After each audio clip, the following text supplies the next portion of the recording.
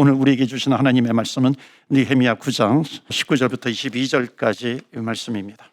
주께서는 주의 크신 긍휼로 그들을 광야에 버리지 아니하시고 낮에는 구름 기둥이 그들에게서 떠나지 아니하고 길을 인도하며 밤에는 불 기둥이 그들의 갈 길을 비추게 하셨사오며 또 주의 선한 영을 주사 그들을 가르치시며 주의 만나가 그들의 입에서 끊어지지 않게 하시고 그들의 목마름을 인하여 그들에게 물을 주어 40년 동안 들에서 기르시되 부족함이 없게 하심으로 그곳이 헤어지지 아니하였고 발이 부르트지 아니하였사오며 22절 말씀 합독합니다. 또 나라들과 그들에게 각각 나누어 주시며 그들이 시온의 땅 곧 헤스본 왕의 땅과 바산 왕 옥의 땅을 차지하였나이다. 아멘. 하나님의 말씀입니다. 오늘도 하나님의 말씀에 은혜 받으시고 또 새 힘을 얻으시고 한 주간 승리하시기를 주의 이름으로 축복합니다. 아멘. 느헤미야서 말씀을 계속 전하고 있는데요, 오늘은 9장입니다. 아마도 다음에 한 번만 더 하면 이제 느헤미야서는 마쳐질 것 같습니다. 지난번이 8장이었어요. 8장부터 아주 분위기가 새롭게 됩니다. 성벽을 재건하는 거예요. 성벽을 재건한 이후에 구약시대에 있었던 사건이었습니다. 느헤미야라고 하는 사람을 중심으로 해서 성벽을 재건하는데, 그 성벽을 재건한 다음에 8장에서는 에스라라고 하는 사람을 초대해가지고 하나님 말씀 앞에 이 이스라엘 백성들을 서게 합니다. 구약 성경에 나오는 이스라엘 백성을 오늘 이 시대에 우리가 읽을 때는 그리스도인으로 바꿔도 뭐 별 어려움은 없습니다. 자, 그런데 그 하나님 앞에 서게 하면서 말씀을 들으니까는 심령의 부흥이 나타나는 겁니다. 이 회개가 이루어지고 애통하고 자복하는 일들이 일어난 겁니다. 그러니까 느헤미야는 성벽 재건, 눈에 보이는 재건도 중요하지만 더 중요한 것은 뭐냐면 마음의 재건이라고 하는 것을 말씀하고 있는 겁니다. 그 다음에 오늘 9장이거든요. 9장은 말씀 앞에 선 다음에 이스라엘 역사를 회고하는 겁니다. 과거에 있었던 역사를 회고하는 내용이 나오는데, 한번 보시겠어요? 7절 말씀입니다. 다 같이 읽겠습니다. 시작. 주는 하나님 여호와시라. 옛적에 아브라함을 택하시고 갈대아 우르에서 인도하여 내시고 아브라함이라고 하는 이름을 주시고. 아멘. 이스라엘 백성들이 역사를 이렇게 지난 날을 회고하는데 갑자기 누구를 등장시키냐면 아브라함이라고 하는 사람을 등장시킵니다. 그 이유가 있어요. 그러니까 역사를 회고할 때 아브라함, 믿음의 조상이라고 일컬어지는 아브라함.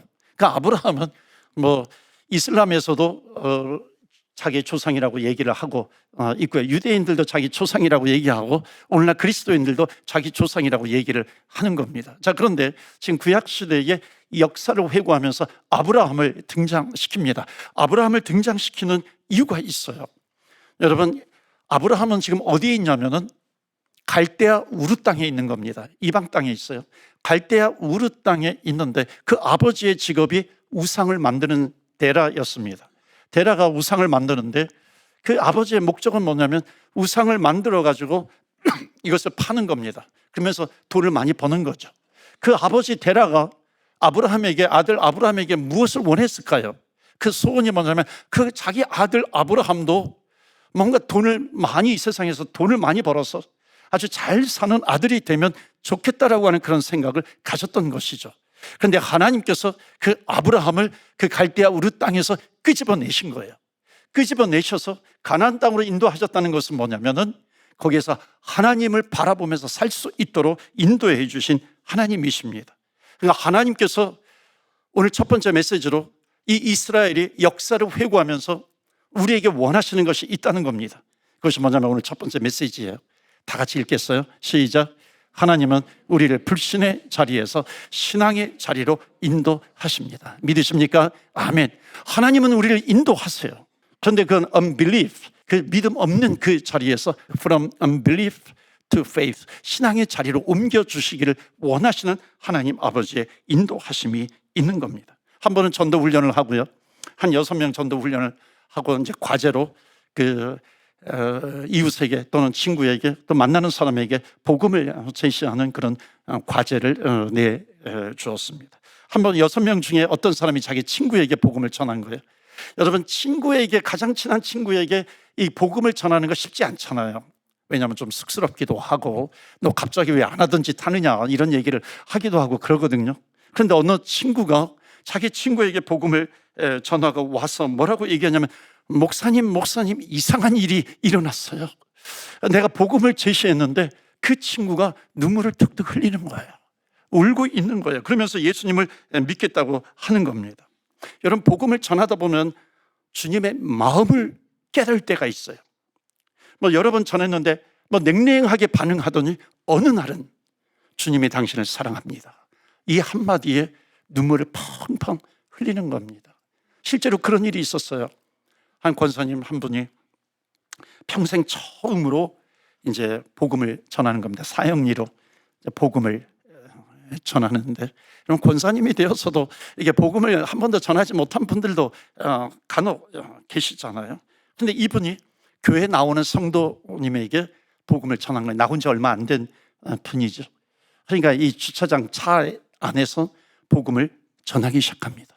이분도 하나님이 당신을 사랑하십니다, 이 한마디에 그 차 안에서 대성통곡이 일어난 거예요. 엉엉 하나님께서 나를 사랑하신다라고 하는 것이 받아들여지는 거예요. 터치하신 거예요. 믿어지게 되는 겁니다. 병원에서 이제 암말기라고 이제 판정을 받고 이제 집에 계신 분들, 병원에서는 6개월이다 이렇게 이야기하는 그런 상황 속에서 이제 요청을 받고 복음을 제시한 적이 있었어요. 이 교회를 한 번도 다니지 않은 30대의 여성이었습니다. 복음을 전하는데 예수님을 나의 구세주와 주님으로 영접하는 거예요. 그래서 교회를 한 번도 다니지 않았지만 교회 다녀보시라고, 믿음 생활 하시라고, 그러겠노라고. 근데 옆에 보니까는 성경책이 하나 있는 거예요. 그래서 저 성경책은 뭐냐고, 교회는 한 번도 다니지 않았는데 그 성경책은 뭐냐고. 그랬더니 뭐라고 대답하냐면, 이분이 자기가 결혼할 때 가장 친한 친구가 준 성경책이라는 거예요. 어찌 보면 결혼을 할 때 그런 마음이 있었을 거예요. 아니, 무슨 이런 걸 결혼 선물로 주는가? 성경책을 받았으면서도 그럴 때가 있는 겁니다. 어찌 보면 그 성경책은 그렇게 생각할 수 있는데, 지금은 뭐냐면 가장 소중한 책이 된 겁니다. 저는 그것을 들으면서 그런 생각을 했어요. 정말 그 성경책을 전해준 그 친구가 너무나도 고마운 거예요. 여러분, 한 영혼을 하나님께서 인도하시기 위해서 하나님은 어찌 보면 수십 명, 수백 명을 움직이시는 겁니다. 그들을 통해 가지고 한 영혼을 주님께로 인도하시는 겁니다. 여러분, 우리도 그렇지 않습니까? 우리가 예수님을 믿기까지 얼마나 많은 사람들이 우리를 위해서 기도했는지 몰라요. 한 번은 이민 오신 분인데, 한국에서 이민 그 박스가 왔는데 5년 동안 풀지 않은 박스가 있는 거예요. 5년이 지난 다음에 이런저런 경험 다 하고 박스 하나를 풀었는데 거기에 성경책이 나온 거예요.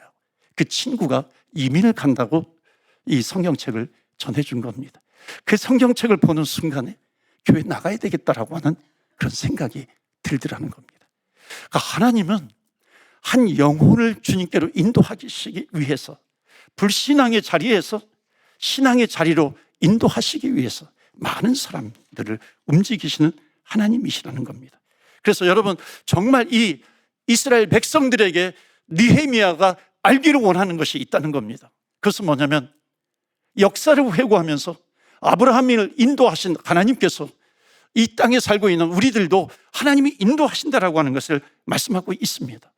사랑하는 성도 여러분, 혹시 여러분 주변에 아직 믿지 않는 사람들이 있다면 하나님의 마음이 뭐냐면은 그 영혼이 주님께로 인도함을 받는 겁니다.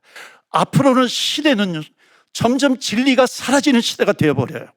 그렇기 때문에 이 진리의 공동체가 어찌 보면 더 부각이 되고 더 중요한 그런 시대를 우리는 만나게 되는 것입니다. 그렇기 때문에 여러분, 믿음 없는 사람 보이거든 주님 품으로 인도하시는 저와 여러분 되시기를 주의 이름으로 축원합니다. 아멘. 주님께서 원하시는 거죠. 정말 기뻐하시는 거죠. 그런 사람이 있어요. 내가 예수 믿으면, 하나님 믿으면 내 손에 장을 지진다, 이런 분이 있어요. 혹시 그런 사람 만나보셨나요? 내 손에 장을 지진다.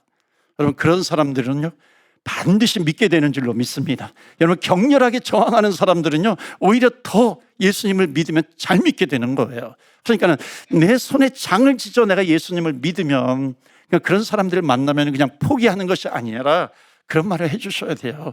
오히려 그런 사람들이 더 잘 믿더라. 그런 사람들은 반드시 믿더라. 그렇게 여러분 얘기를 해주셔야 합니다. 여러분, 하나님의 역사가 뭐예요? 내 손에 장을 지시겠다고 하는 사람, 하나님의 은혜가 임하니까 하나님께서 어떻게 인도하시냐면 그 손을 가지고 두 손을 모아서 하나님 앞에 기도하는 손으로 만들어 주신다는 것입니다. 그 손을 가지고 두 손을 높이 들고 하나님 앞에 찬양하는 손으로 하나님께서 만들어 주신다라고 하는 겁니다. 그렇기 때문에 사랑하는 성도 여러분, 우리 주님의 가장 큰 관심사는 믿음 없는 자리에서 믿는 자리로 인도해 주시는 것인 줄로 믿습니다. 아멘. 이 믿음을 끝까지 가지십시오. 자, 이제 두 번째로 아브라함 역사를 회고할 때 아브라함을 회고한 다음에 누가 나오게 되냐면 모세의 출애굽 사건이 나오는 겁니다. 엑소더스예요. 그러니까 이스라엘 역사를 얘기할 때 아브라함의 그 갈대아 우르 땅에서 하나님께서 옮겨주신 거하고 그 다음에 이어서 이 출애굽 사건은 반드시 이게 쌍둥이처럼 이어서 나옵니다. 왜냐하면 하나님께서 인도해 주신 목적이 있는 거죠. 여러분, 애굽이라고 하는 나라는 세상을 얘기합니다. 그런데 이 이집트, 애굽, 이스라엘 백성들이 거기에서 출애굽, 엑소더스 탈출하기 전에 그들은 종으로 살았잖아요. 그들은 노예로 살았잖아요. 하나님은 원하시는 것이 뭐냐면 이스라엘 백성들을 종으로 노예로 살기를 원치 않으세요. 세상의 노예로, 죄의 노예로 그것으로 살기를 원치 않으시는 하나님 아버지이신 줄 믿습니다. 그런데 얼마나 많은 사람들이 속박되어서 사는지 모릅니다. 여러분, 우리가 실질적으로 이스라엘 백성처럼 노예처럼 살지는 않지만 우리의 심령 가운데 나를 묶고 있는 것이 있어요. 과거가 나를 묶고 있어요. 내가 과거에 붙잡혀 있는 거예요. 과거의 상처가 있어요. 그 상처가 나를 붙들고 있는 겁니다. 속박하고 있는 거예요. 내가 그 과거의 상처에 묶여 있는 것이라고 하는 거죠.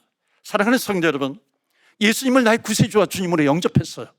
예수님을 믿는다라고 하는 것은 뭐냐면 You are my Lord이에요. 내 인생의 Lord가 되시는 거예요.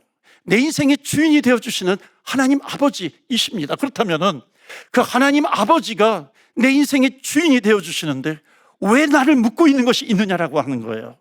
그것보다도 더 큰 것이 나를, 예수님보다도 더 큰 것이 나를 붙들고 있다라고 하는 거예요. 이건 문제가 있는 거죠. 왜냐하면 내가 예수님을 믿어요. 하나님의 은혜 가운데 있으면요, 그 사람은 반드시 자유함을 얻게 되는 줄로 믿습니다. 아멘. 그 자유함이 뭐예요? 나를 붙들고 있는 것에서 자유함을 얻는 것이죠. 그렇기 때문에 우리 믿는 사람들은 선포하셔야 돼요. 그 선포는 뭐냐면 예수 이름으로 명하노니 나를 붙들고 있는 것, 과거의 상처, 과거의 어떤 어려움, 실패조차도, 답답함, 두려움, 문제들, 이런 것은 예수 이름으로 명하노니 떠나갈지어다, 떠나갈지어다. 여러분 외치셔야 돼요. 선포하셔야 돼요. 왜냐하면 우리에게 하나님께서 그런 우리의 능력, 그런 자격 하나님께서 우리에게 부어주신 것입니다. 그렇기 때문에 여러분, 상처보다도 더 큰 실패가 있어요. 내가 실제로 실패하는 것보다도 더 큰 실패가 있어요. 그것은 뭐냐면 예수님을 믿음에도 불구하고 그 상처에, 그 실패에 묶여 있는 거예요. 이게 더 큰 실패라고 하는 것을 주님은 말씀하고 있습니다. 저는 아이들, 우리 자녀들을 키우면서 아내하고 그런 얘기를 했어요. 저도 크리스천 집안에 자라났고 아내도 크리스천 집안에서 자라났고 우리 아이들도 크리스천 집안에서 자라나잖아요. 그때 서로 얘기하는 것이 뭐냐면 우리 아이들에게 가정이라고 하는 것이 가장 편안한 곳이 되면 좋겠다라고 하는 거예요. 가장 세상에서 막 힘들 때가 있잖아요. 그럴 때 가장 편안한 것, 가장 쉴 수 있는 곳이 가정이 되면 좋겠다 하는 그런 얘기를 한 적이 있습니다. 여러분, 우리 하나님의 백성들 있잖아요. 우리 믿는 사람들이 가장 편안하게 쉬는 곳이 어디냐면 가정과 교회입니다. 가정에서 편안하게 쉬어야죠. 교회에서 편안하게 쉬어야죠. 그런데 정말 안타까운 것은 교회에서 이렇게 막 무게 잡고 있는 사람이 있어요. 교회에서 막 이렇게 긴장감을 주는 사람들이 있어요. 제가 과거 얘기를 좀 할게요. 과거에 그 중고등부 학생 때에 교회 가기가 막 싫을 때가 있었어요. 왜냐하면은 그 교회 뒤에 이렇게 담벼락이 있어요. 거기는 뭐 사람들도 막 오지 않는 곳이에요. 툭하면 선배들이 막 부르는 거예요. 집합을 시키는 거예요. 무슨 군대도 아니고 교회에서 이렇게 학생들을, 후배들을 이렇게 불러가지고 막 이렇게 기합도 주고 얼차례라는 거 아세요? 얼차례도 하고 차례도 열중샷 하고 심지어는요 이 발로 이게 뭐죠? 그 조인트 깐다 그러거든요. 그렇게 표현합니다. 막 그렇게도 하고 그러는 거예요. 그 하는 선배 가운데요, 제가 이름만 대면은요 우리 대한민국 사람은 다 알고 있는 그 유명한 사람의 아들도 거기에 있었어요. 근데 자기가 뭔데 왜 교회에서 긴장감을 불어넣어 주는 거예요? 뭐 선배가 어쩌고 저쩌고, 뭐 선배 말을 잘 들어야 되고 어쩌고 뭐 잘못한 것도 없는데 그냥 서가지고 매 맞는 겁니다. 자기가 뭔데 그렇게 긴장감을 주고 있어요? 여러분, 우리는 내가 먼저 잘하는 성도님들이 되시기를 축원합니다. 아멘. 하나님께서 우리를 구원해 주셨잖아요. 교회에서 그럴 필요가 없는 거죠. 저는 목회하면서 그런 결심을 했어요. 뭐냐면 목회하면서 이게 홀리 보이스라 그러거든. 이렇게 막 무게 잡는 목소리 있어요. 막 할렐루야 그러면서 막 목에다가 힘주는 목소리. 옛날 부흥사 목사님들이 그런 거 많이 했는데 저는 결코 그런 소리 내지 않으리라 이렇게 작정을 했는데 요즘 제가 막 그런 목소리가 나오는 것 같아가지고 얼마나 안타까운지 모르겠습니다. 이렇게 목이 좀 쉬어 가지고, 그러니까 무게를 잡으려고 하는 것이 있다는 겁니다. 여러분, 교회에서는 무게 잡을 필요가 없는 것이죠. 교회는 믿는 사람들이 모인 곳입니다. 하나님의 품이 교회이잖아요. 그러니까 교회는 가장 쉴만한 곳이 되어야 되는 것이고 편안한 곳이 되어야 하는 것이고 은혜를 누리는 곳이 교회가 되어야 한다는 겁니다. 주님께서 이 땅에 오신 목적이 무엇인가요? 주님께서 이 땅에 오신 목적은 사람들을 구원하시기 위해서 오셨죠. 그 다음은 뭘까요? 누가복음 4장 18절 말씀 보시겠어요? 거기에 보면 다 같이 읽어요. 시작. 주의 성령이 내게 임하셨으니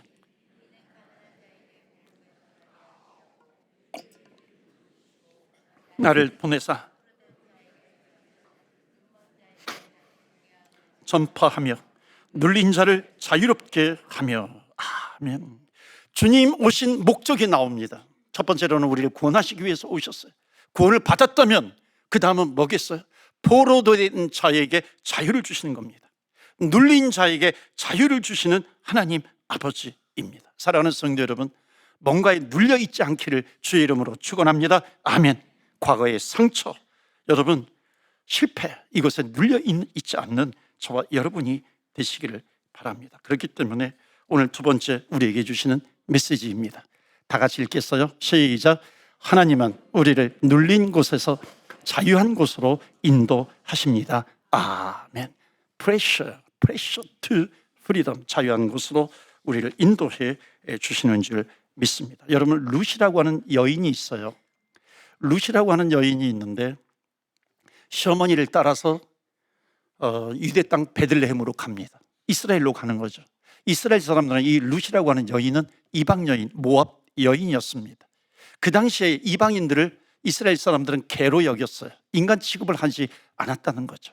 그러니까 룻이라고 하는 이방 여인이 시어머니 나오미를 따라서 이스라엘 땅 베들레헴으로 갔다라고 하는 것은 뭐냐면 이제 어찌 보면 내가 돌 맞아 죽을 수 있는 그런 분위기 속으로 들어가게 된 겁니다. 그런데 룻이 잘한 것이 뭔지 아세요? 믿음이 있었다는 겁니다. 끝까지 믿음으로 살았다는 거예요.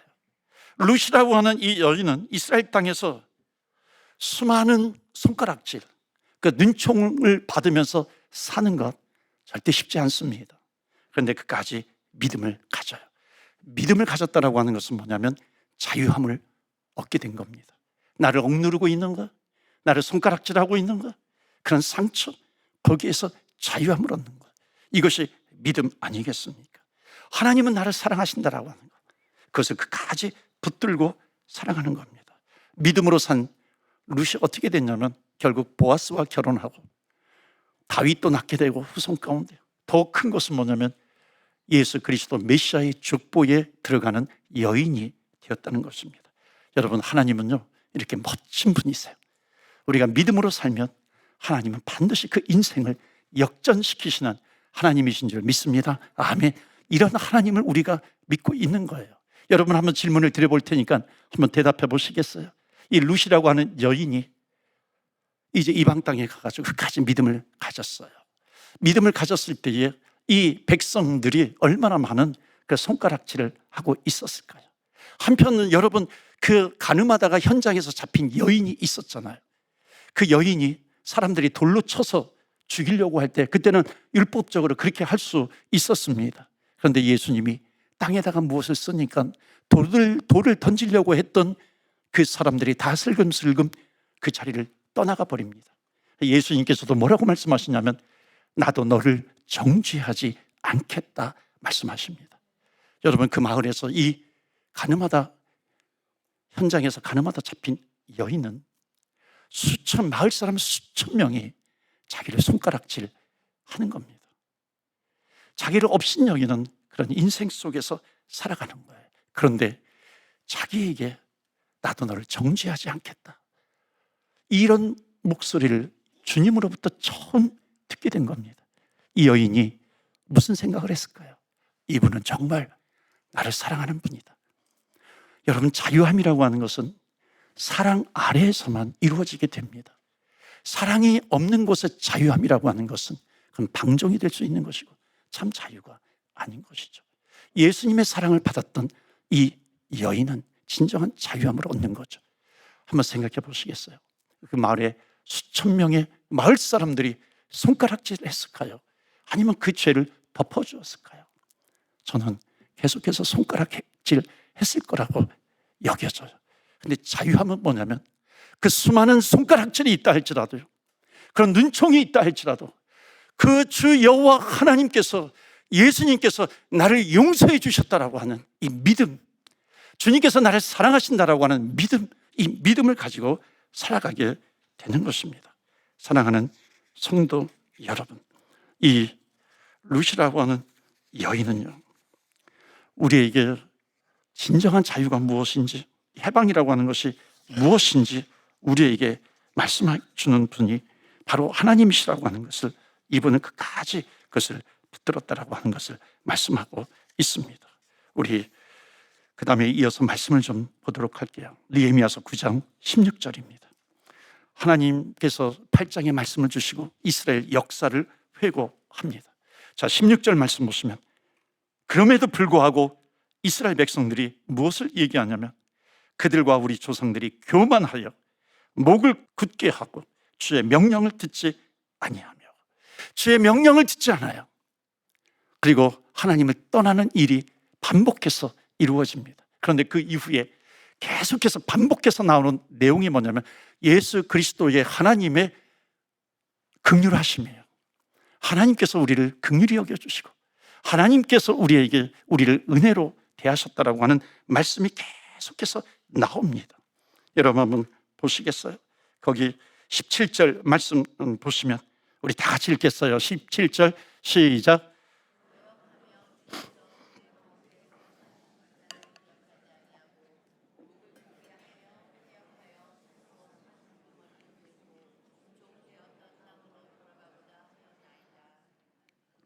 아멘. 종되었던 땅으로 돌아가고자 하였나이다.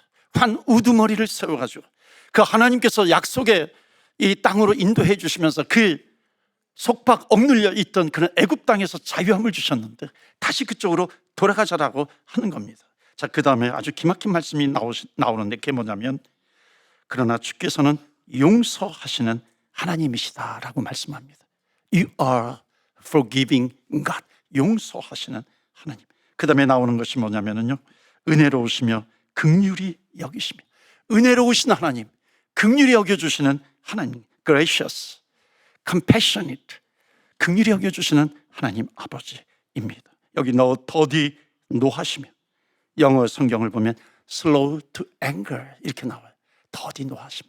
여러분 우리 인생은요, slow to anger, slow 대신에 다른 단어를 넣어야 될 거예요. quick이라고 하는 단어를 넣어야 될 겁니다.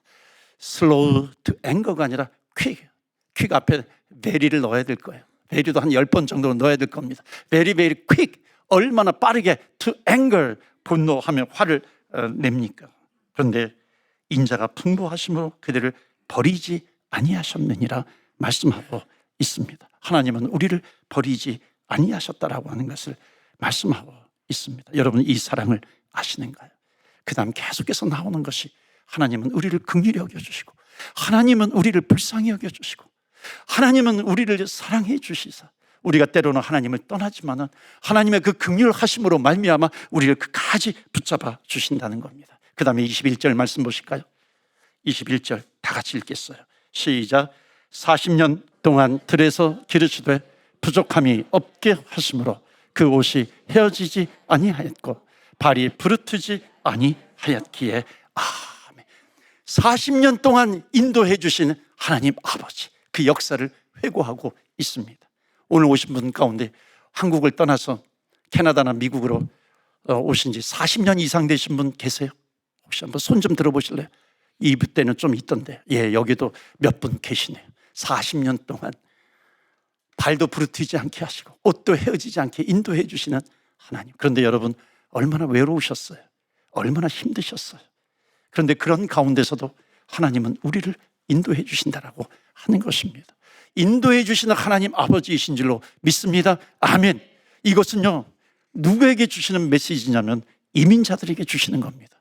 우리 이민자들에게 주시는, 주님께서 우리에게 주시는 말씀이에요. 우리는 때로는 말을 듣지 않았잖아요. 때로는 하나님을 떠나버렸잖아요. 그럼에도 불구하고 그의 패셔네이트, 그의 긍휼하심으로, 그의 사랑하심으로 말미암아 기어코 우리의 손을 붙잡고 다시 예배의 자리로 인도해 주시는 하나님, 다시 하나님을 섬길 수 있는 자리로 인도해 주시는 하나님 아버지이십니다. 그런데 또 하나님을 배신하고 또 하나님을 떠나가요. 그런데 하나님은 그럴 때마다 우리를 처치하시는 것이 아니라 다시 긍휼하심으로 다가오시는 하나님 아버지이세요. 만약 긍휼하심이 없었다면 우리는 어떻게 되었을까요? 긍휼하심이 없었다면 우리들은, 여러분 옆에 있는 분들하고 한번 인사하면 좋겠어요. 눈을 똑바로 뜨고 한번 옆에 분하고 인사하세요. 주의 긍휼하심이 아니었으면 당신은 죽었습니다. 한번 인사하시겠어요? 주의 긍휼하심이 아니면 우리는 죽을 수밖에 없는 인도입니다. 하나님은 우리를 긍휼하심으로 인도해 주시는 하나님이신 줄로 믿습니다. 아멘. 우리 김지혜 집사님, 일이 맞나요? 예. 때론 집사님 같지 않을 때가 있지 않아요? 그렇죠. 잘하시지만 우리 김 권사님하고 같이 있을 때 그럴 때가 있잖아요. 그런데 하나님의 긍휼하심으로 말미암아 우리를 인도해 주시는 겁니다. 오해하지 마세요. 잘하시는 분입니다. 우리 유 목사님도 목사 같지 않을 때가 있죠. 만약 하나님께서 긍휼히 여겨 주시지 않았으면 우리는 어떻게 될지 모르는 존재입니다. 여러분, 유 목사님 잘하세요. 저도 마찬가지입니다. 하나님이 인도하시지 않았으면 어떻게 될지 몰랐던 인생이 우리입니다. 우리가 기억해야 될 것이 있어요. 하나님의 긍휼하심. 하나님께서 우리를 사랑해 주시고 우리를 용서해 주셨기 때문에 인도해 주시는 겁니다. 그렇기 때문에 이 주님께서 인도하셨다라고 하는 이 말씀은 뭐냐면, 주님은 우리를 버리지 않으신다는 거예요. 믿으십니까? 아멘. 주님은 우리의 손을 놓지 않으시는 겁니다. 끝까지 우리의 손을 붙잡고 인도해 주십니다. 오늘 예배는 주님께서 우리의 손을 붙잡아 주시는 예배입니다. 주님과 동행하시면서 승리하시는 저와 여러분 되시기를 주의 이름으로 축원합니다. 아멘. 이 시간에 우리 짧지만 간절하게 기도합시다. 하나님, 우리를 긍휼히 여겨주시는 하나님 아버지이신 것, 오늘 말씀을 통해서 다시 한번 깨닫게 해주시니 감사를 드립니다. 하나님, 내가 하나님을 떠났음에도 불구하고 끝까지 찾아오시는 하나님, 우리의 손을 붙잡고 인도해 가시는 하나님이신 줄 믿습니다. 하나님, 나를 붙들고 있는 것, 나를 속박하고 있는 것, 하나님 과거, 하나님 내 상처, 두려움, 답답함, 하나님 이제 주님을 믿는 백성이오니 그것이 다 떠나가게 하여 주시옵시고 주님의 손을 끝까지 붙들고 살아가게 하여 주옵소서. 우리 다 같이 주의 이름에 능력이 있습니다. 주여, 주의 이름 부르며 기도하며 나아갑니다. 주여.